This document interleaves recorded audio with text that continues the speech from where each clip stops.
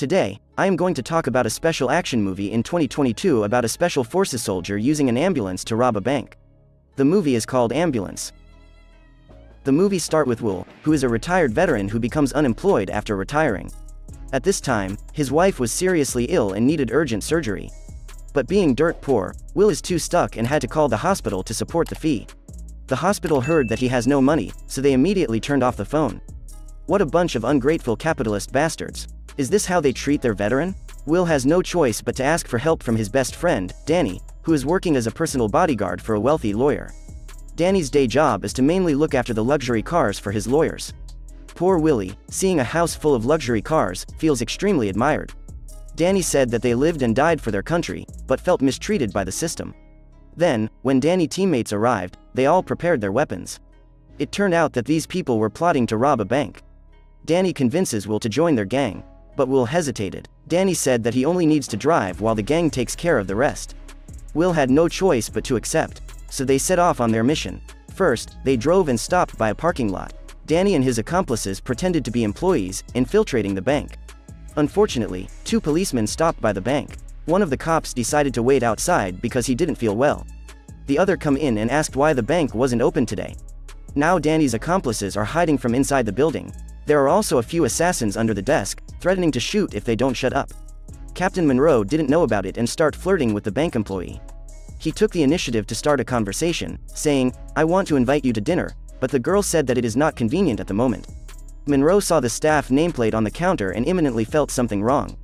Danny then immediately pulled out a pistol to threaten Monroe. "We have 2 automatic machine guns aimed at you, so don't try anything funny." The bank has a total of $32 million. Danny's accomplices ran into the vault and pocketed all the diamonds, gold, and silver. Danny's teammate received the signal to pick them up, but unfortunately, the car broke down in the middle of the road. Monroe's partner saw this and offered to help repair the car, but then he saw Danny shouting as his teammates retreated. Monroe's partner wanted to open fire, but the driver stopped him by hitting the police car. The driver continued to shoot at the benefactor who helped him. After that, a gun battle between the two sides broke out. The police patrolling the area heard the gunfire and rushed over to the scene.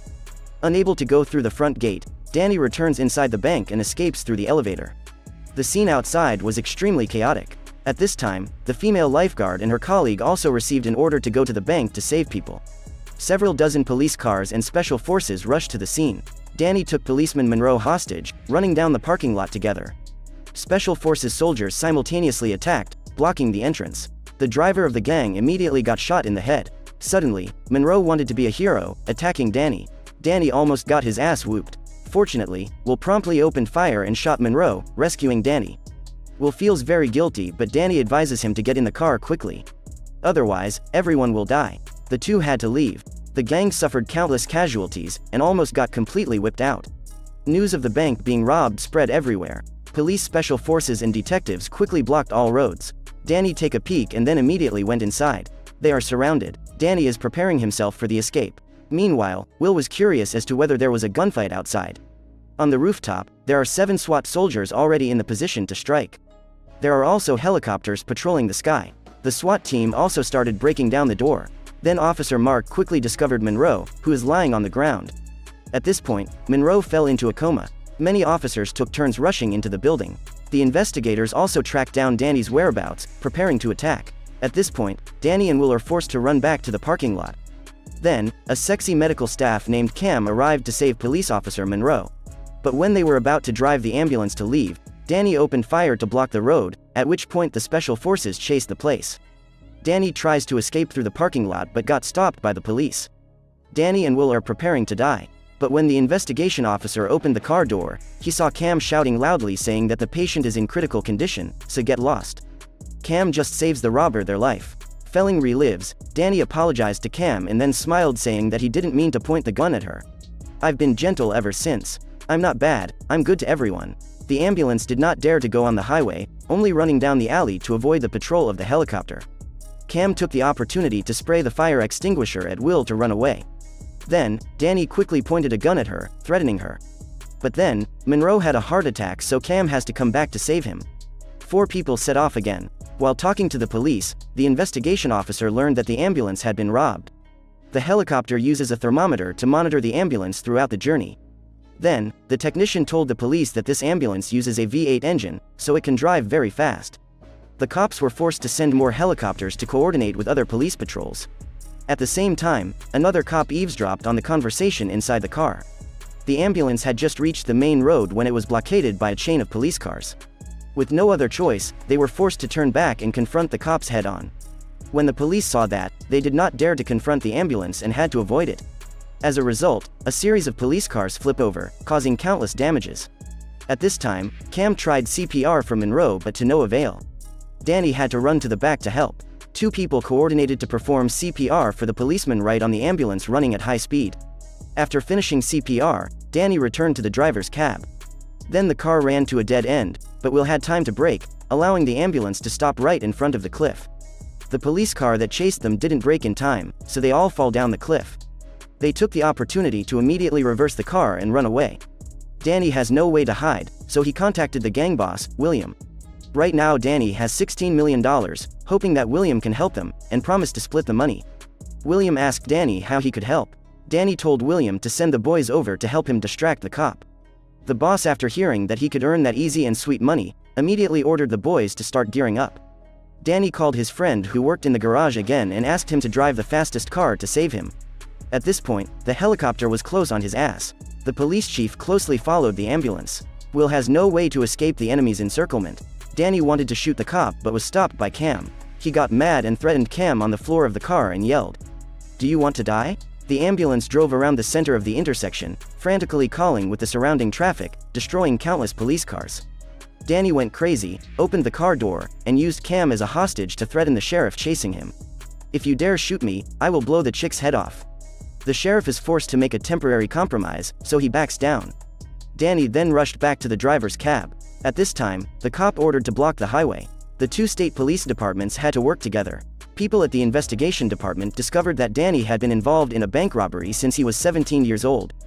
Damn, this guy is already playing real-life GTA at the age of 17 while I am sitting here making dump recap. As it turns out, his father was a sniper who killed 6 bankers and 3 cashiers. The FBI agent is Danny's classmate, so he understands why Danny is so restrained. Danny just wants a simple life and doesn't want to harm anyone. But the guy still decided to go stealing. In the past 10 years, he has robbed 37 banks, now it is the 38th bank. At this time, Monroe fell into a critical situation, the whole car floor is soaked with blood. Cam then phones her senior doctor, who is on holiday, asking how to treat the wound. In case she is up to something no good, Danny is forced to point a gun at her head the whole process. The doctor then makes a video call to instruct Cam on how to perform the surgery while on an ambulance that is traveling at the speed of death. The investigation officer also overheard the conversation. Because Will was a war veteran, he decided to use his skills to help Cam while Danny was in charge of driving. Cam proceeded with the surgery slowly to avoid any incidents. Then she started looking for the bullet. If the whole process accidentally ruptures the spleen, Monroe can die within 60 seconds. Cam shouted loudly saying, "I can do it." Right after that, the spleen burst, and at this time, the computer also ran out of battery. Amazing timing on that one. Everyone thought Monroe was dead. The investigative department staff then heard that, being extremely pissed, decided to kill Danny and Will. The police called Cam asking her to quickly hide under the stretcher, but she said she had saved Monroe's life. The investigation department staff did not care and decided to shoot anyway. Then, the police ordered their comrades in combat to temporarily retreat, leaving only 2 vehicles posing as civilians close to the ambulance. Danny then scolds at the cop. "Monroe is almost dead, but Cam saved his ass and you still want to shoot us." The police then apologize. "We really didn't know you guys saved his life." Danny then gradually starts losing his mind. Cam starts being sarcastic at Danny, which triggers Danny to open fire on her. Will then slam the brakes, causing Danny to miss his shot. The 2 guys who was once best bro is now fighting fiercely in the car. While the 2 were fighting, Cam quickly contacted the police. At this time, the cop is manipulating Will into surrendering by telling him that he is a war veteran, and if he does not comply, he can face up to 30 years of jail time. The cop advised Will to think about his wife. Then, the investigator rushes to call Cam, revealing that Will is the weak point, so Cam must find an opportunity to influence him. Will hastily called his wife to lie that he is looking for a job. His wife said that the bank in the area had a robbery today, so be careful. Will looked at his son on the phone screen and then his heart softened. Cam saw this and asked about his wife's situation. Will says the surgery is expensive, not to mention the additional medical insurance and post-treatment costs. At this time, William's gang was waiting under the bridge for Danny. Police discovered that Will suddenly changed direction, guessing that the opponent was trying to distract him. Danny got off the car to attract the helicopter. After the plane was about to land, Danny immediately opened fire, then climbed back into the car. The plane lowered, but the ambulance swerved and swayed. Again they chased each other on the highway. Finally, they were able to cut off the cop's tail and reach the location that William had previously set up. Here, they have prepared other identical ambulances. Then, William's men drove 3 identical ambulances out into the street to distract. One guy runs east, while another runs west. Now that is deception. The 3 ambulances' driver are well trained. The whole process made the police panic. Suddenly, William's son jumped out of the car. The ambulance raced straight ahead. Police discovered the driver was running away, but an armored car is rushing towards them. The sheriff ordered everyone to hide, but it was too late. The automatic Gatling gun mounted on the car then starts firing at the cop with a volume of 6,000 shots per minute. The captain of the team got gunned down brutally. The scene was extremely chaotic. William observed the massacre and then felt very satisfied. Officer Mark is chasing after William's son, but then they tackle and William's son is accidentally killed. The clue is lost, and this driver is William's son. After that, Danny's ambulance drives into William's secret hideout. William is grieving over his one death, while Danny is overjoyed, thinking that it is all over. Danny saw William so heartbroken and say that it is not just his son that died.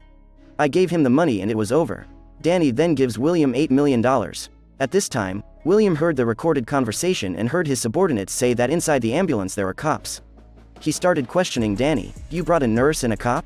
Now that they saw too much, Will insisted on taking the nurse and the policeman away. But Danny refuses. Hearing this, William and his gang go full monkey mode. William is forcing Danny to shoot and kill Will, but he instead went full gun blazing, killing all of William's gang. Will is my good brother, who dares to touch him? Danny then finished off William by shooting him in the face. Danny and Will ran downstairs with guns, fighting a battle to the death with the rest of William's gang. The moment Will had just stepped into the car, he was unfortunately shot by a Cam. Only then did Cam realize she had shot the wrong person. Danny rushed toward them, attacking and retreating constantly. The ambulance once is on the run. The driver's cab now looks like it's possessed by a demon.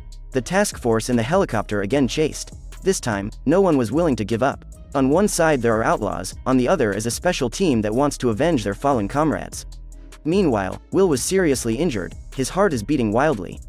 Cam once again had to perform first aid for him. The ambulance once again sped away, but this time they didn't want to escape, but to the hospital. As it turns out, Danny couldn't let his bro bleed to death, so he stopped the car right in front of the hospital gate. Several dozen policemen were right behind, and the task force also quickly chased. Dozens of SWAT soldiers were aiming at the ambulance and could open fire at any moment. Danny sees a handgun in the car, but it is a police gun.